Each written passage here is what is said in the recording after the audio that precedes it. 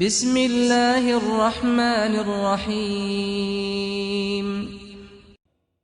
پیارے بھائیو، اگر میں یہ کہوں کہ توحید اسلام کی جان ہے، اسلام کی روح ہے، تو یہ کوئی مبالغہ نہیں ہے۔ یاد رکھیں، توحید کے اوپر انسان کی نجات کا انحصار ہے۔ اللہ کے رسول علیہ السلام نے کیا ارشاد فرمایا؟ من مات وهو يعلم انه لا الہ الا اللہ دخل الجنہ، کہ جو اس حال میں مرا کہ اسے لا الہ الا اللہ کا علم ہوا، اسے جنت میں داخل کیا جائے گا۔ اور اس کے برعکس کیا ارشاد فرمایا؟